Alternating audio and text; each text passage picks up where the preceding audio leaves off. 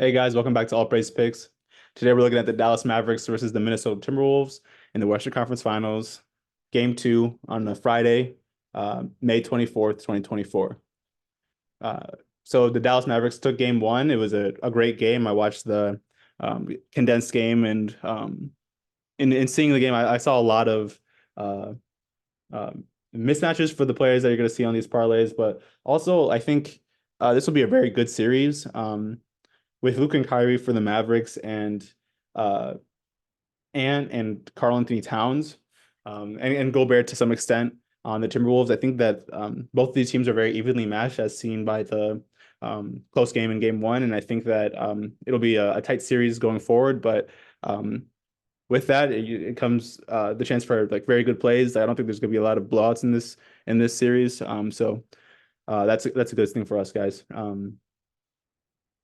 Once again, I got three parlays for you guys, one on FanDuel and two on BetMGM. I'm going to break down the lines and hopefully you guys tap in and we can all win.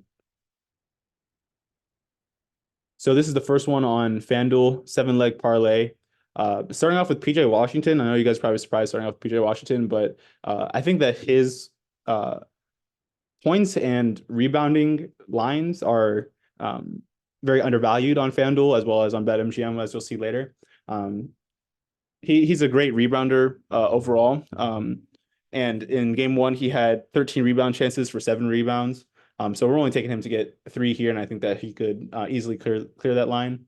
And then we have 3 for Luka to get over 22 points, to record 6 rebounds and 6 assists. I think that he had a great game in game one, but I think that he's a mismatch offensively for the Timberwolves, and they don't have any real solution to guard Luka.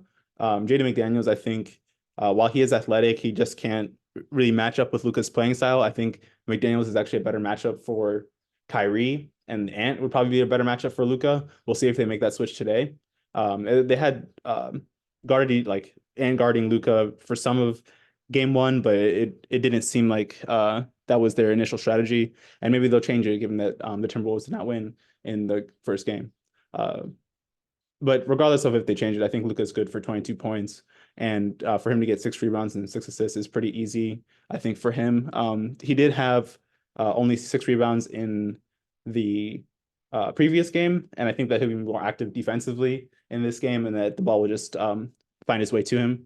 And with that gives more assist potential.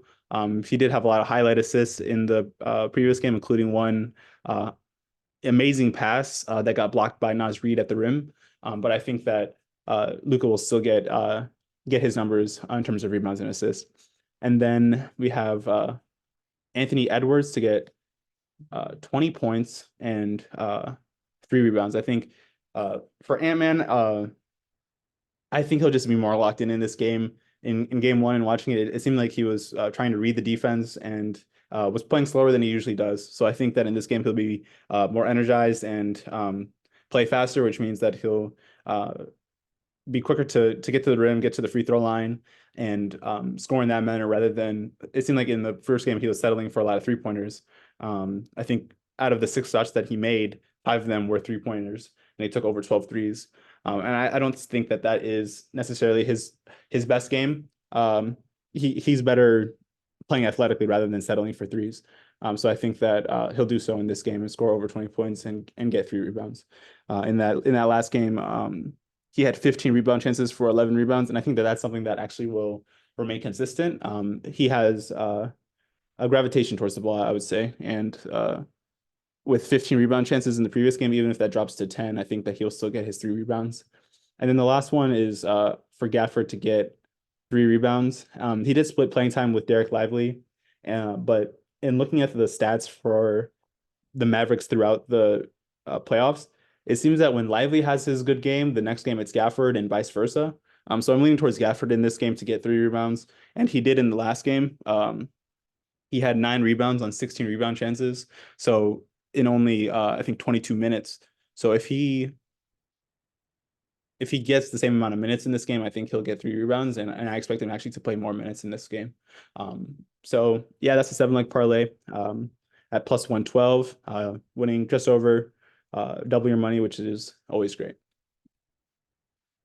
And then these two parlays, I kind of split them up between Dallas and the Timberwolves. So if you prefer to bet for a favorite team or a team that you think will win the game, it may be more interesting to you to have a parlay that has just those players, so that if they do win, it feels better.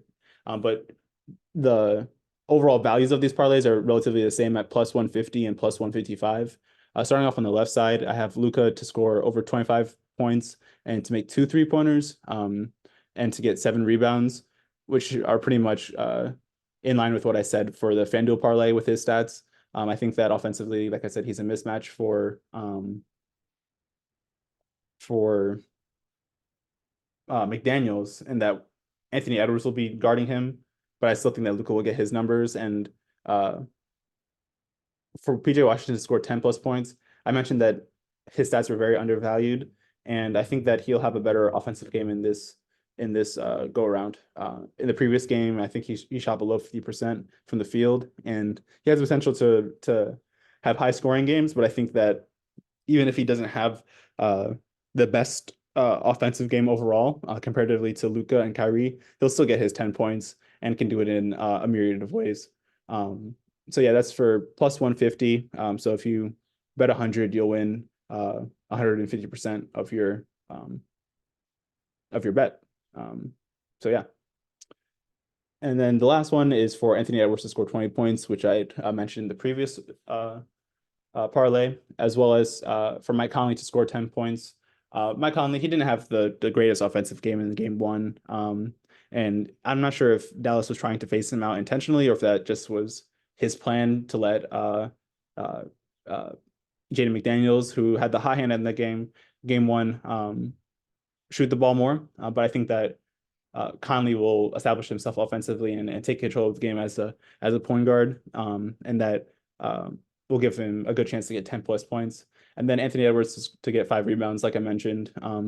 He had 15 rebound chances in the previous game, and I think that that'll remain consistent. I think you could probably expect him to get at least 10 rebound chances in this game. So if he converts at a 50% rate, which is lower than his usual conversion rate, of 57.1 versus the Mavs in 5 games in the season, he should be able to get 5 rebounds in this game. So at plus 155, that's once again 150% return on investment, which is a pretty good way to end the week. So yeah, those are my 3 picks, guys. Appreciate it. If you check out my video on how I made 15K in 1 month, and I break down my betting strategies as well as showing the parlays that I won on, and I think it's very informative. So if you guys check that video out, it was posted earlier today, and it'd be a great thing if you guys could watch that and share it with everybody that you know in your life that is a sports bettor. So have a great weekend, guys. Enjoy the game, and I'll see you later. Peace.